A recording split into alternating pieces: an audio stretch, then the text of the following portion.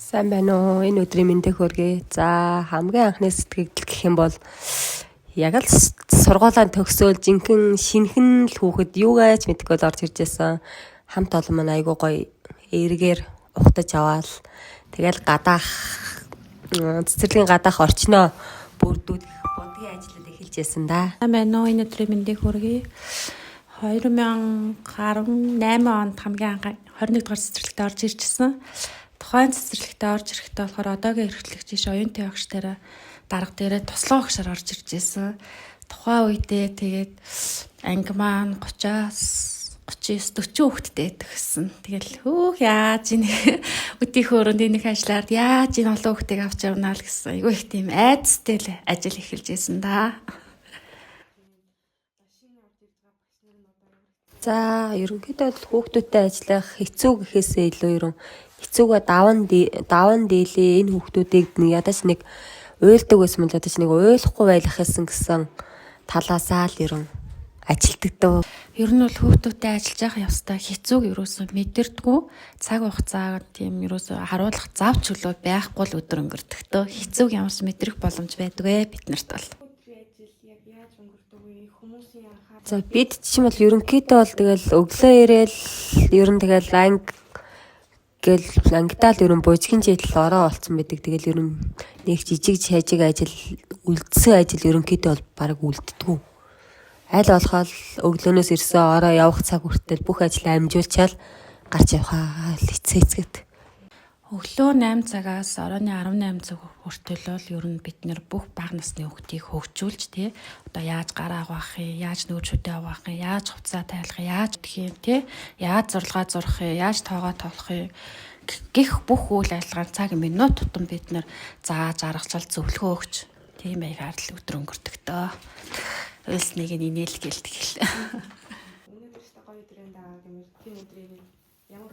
За өглөөний ажил аж аргалаар эхэлчихвэл тэгэл тэр өдөр зингөл аж аргал шүү дээ. Хүүхдүүд тэгэл өглөө ангид яаж орж ирж байна.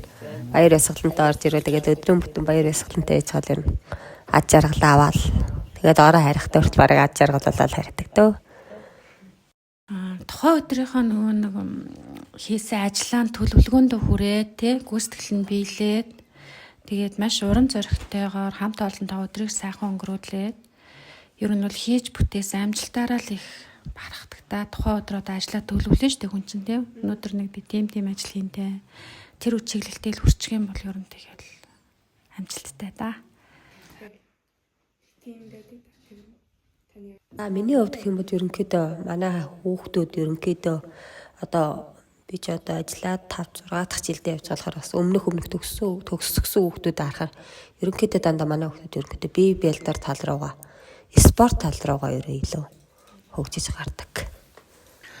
За ер нь бол хүүхдүүдийг өв уламжлаад ээжилсэн тий Монгол соёлоо мэддэг өөр бие авч явах чадвартай. За тэгээд цаашаа сурч хөгжих илүү хүсэлт тэмүүлэл зоригтой хүүхдүүд болж хүмүүжээсэй гэж үздэг те. Хүүхдүүдийн нэг дурдвал гэж. За ерөнхийдөө хүүхдүүд бол нөгөө нэг ангид олсон явдлыг очиад гэртээ ярих ч юм уу, гэртээ явдлаа ирээд ангидаа ярих ч юм уу. Тэрэл ерөнхийдөө нөгөө хүүхдүүдэд ярьсан яриа багштай ирж ярьж байгаа яриа ч юм уу тэр нь л ерөнхийдөө үйл явдал бол үлдэж байдаг. Ер нь бол би одоо нэг анги төгсгсөн юм байгаа. Тэгээд нэг эхний төгсгсөн анги маань одоо 3 дугаар анги 1 дугаар сургуулийнхад явдаг. Тэр хүүхдүүд маань ерөнхийдөө бол маш их тийм хөгжилтэй. Тэгээ ер нь тэр юм гээд нэг гоцлоод хүүхдийг нэг хилээд бол тийм яах тий бас дараа нь айгуул зарим нэг нь үзээ багш намайг тэгсэнгөө би тэгсэн байсан ш. Та яа тийм ингээ барьцах асуудал айгүй их гарч ирдэг. Одоо ч гэсэн ангид гүйж орж ирдэг байхгүй юу. Тийм болохоор та тэрнлөө ч яад тэгсэн байсан ш. Надраа бичээгүй гэж гараад ирдэг болохоор бас онцолж хэлж бол яг чадахгүй. Одоо ангийнхаа маань болохоор намайг бол тэгээ ш. Хүүшээ хаа яваад ирж байгаа юм бэ? Чи хайччваа.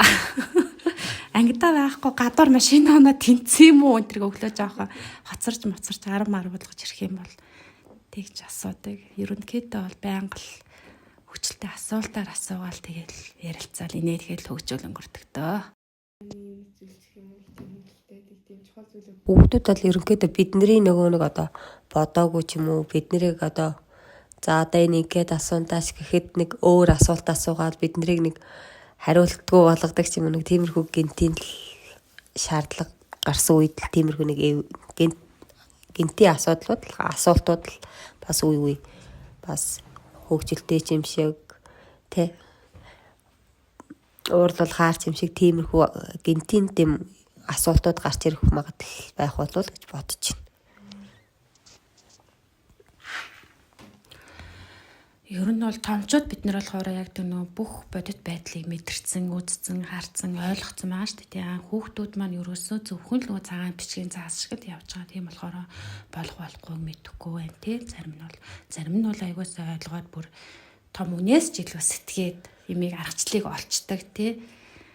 Тийм болохоор ерөөсөө томцуул маань яах нь бид нар өөрсдөө ингээд тэр бүлдлийг дуудаа мэдрээд ирсэн болохоор хүүхдийг битээ тэгж байнга тэг өөрсдөө байлгах гэж битээ тийм хүчээр тийм өөрсдөө одоо заавалж энийг тийх ёстой тийм байх ёстой гэсэн шаардлагыг битээ тавьж гасаа л гэж үсэ та.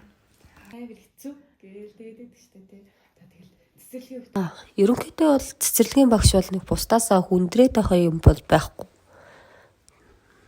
Яг тэр тухайн хүний өөрийнх нь арга барилаас л шалтгаалаад арга зүй бол арга барилал зөв олоо явчих юм бол ерөнхийдөө бол нэг бусад мэрэгжлээс нэх ялгаатай ч юм уу хүндрээд нэх тийм хэцүү ажил бол биш ээ.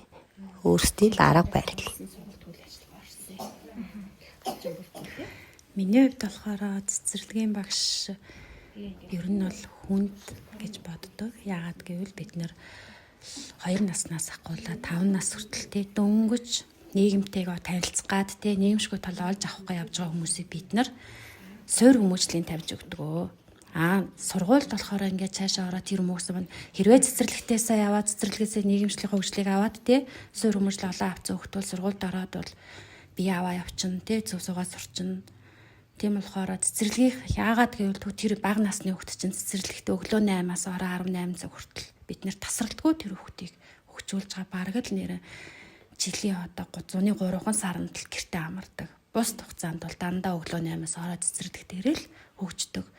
Тэр бүх түмний хүүхдийг хөгжүүлэх гээд бид нар маш их хичээл зүтгэл өдөр шөнөгийг нойр олгоо гарах үйч байна. Маргааш одоо хүүхдүүдэд яаж хүлээж авах вэ? Маргааш хүүхдүүдэд яаж хөгжүүлэх вэ гэсэн бодолтой. За тэгээд уйлдах хүүхд байх юм бол за би одоо 2 настай хүүхд байх юм бол тэрнийг яаж ажиллах вэ? Ангид 20-30 хүүхд зэрэг уйлвал яах вэ? Ямар аргаар хэрэглэх вэ гэл сургуульд ороод 1-р ангид орлоо тэр хүүхдүүд бүгд 20-30 уйлахгүй тий. За уйлвал 1-2 нь уйлна. Тэгтээ тэр бол 5-6 цаг ч юм уу 4-5 цаг яваал хичээлэн дараад тэр хүүхдүүд гэртээ очдог. Тэр багш тэр хооронд жоохон ч гэсэн амар нь бас тий. Тэгтээ яг бичиг цааснаад адилхан байгаа л та. Тийм болохоор би бол цэцэрлэгийн ажлын багшийг бол нэлээ хүнд тэгээ бас 2-5 насны хүүхдүүдийн суур хүмүүжлийг маш сайн зөв болгож нийгэмшүүлж өгч байгаа мэрэгчлээ гэж боддог. Одоо ингээд ажиллаа. За шантарлаа гэхээр бид нэр шантарна гэвэл нэг за цар шиг энэ ажил заавал ажиллаад байх шаардлагатай биш. Ажлаас гарчихтал болно штэ гэсэн тиймэрхүү л тийм толгойд орж ирдэг. Тэр шантарлаа за энэ ажлаа орхисноос эргээд за бяцхан хүүхдүүд маань хөөх юм да. Энэ хүүхдүүдийг байж хахад бид нэрээ ингээд аж аргалтай байлгах юм байна да гэдэг бодол нөгөө дурсамж ч юм уу хүүхдүүдээ нэг өөрхөн хөгжилтэй явдлаа ч юм уу эргэн санаад дурсаал ерөнхийдөө тэгэл болчдөг дөө. Ер нь бол нэг шантрах явцвал гардггүй маа. Тэгээд би бага анги аваад эцэг эхчүүдтэйгээ ойлголцохгүй нэг шантрах үе гарч ирсэн. Тэгээд би нэг уйлж утсан бага анги хамгийн бага анги өгтөд аваад намар 10 сар хүртлүү өрөөгөйлөө. Тэрнээс хойш хараа эцэг эхчүүд маань ирээд дэмжээд тэнгуут хүн чи эргээ урам зориг ороо тий. Эн чинь би ингээ бас арга авирлаа ингэж өөрчлөх юм байна тий. Манай эцэгчүүд ингээ намайгаас дэмжээд байгаа юм байна, мэдрээд байгаа юм байна. Тийм учраас шантрах асуудал ер нь гардггүй. Тэгээд яадгүй л ард минь сайхан хамт олон маань байгаа, гэр бүл маань байгаа учраас бид бол шантрах ирэхгүй. Тэрний та ингээд зөвшөөрч гинүү. Одоо ингээ бичлэгтээ орцоо жижиг өшөөргүйгээ яах вэ? Ээрч гацсан зүйл явал хасаад зөвшөөр ёо. Та эрт ингээд ярилцлага өгсөнд баярлалаа. За баяртай.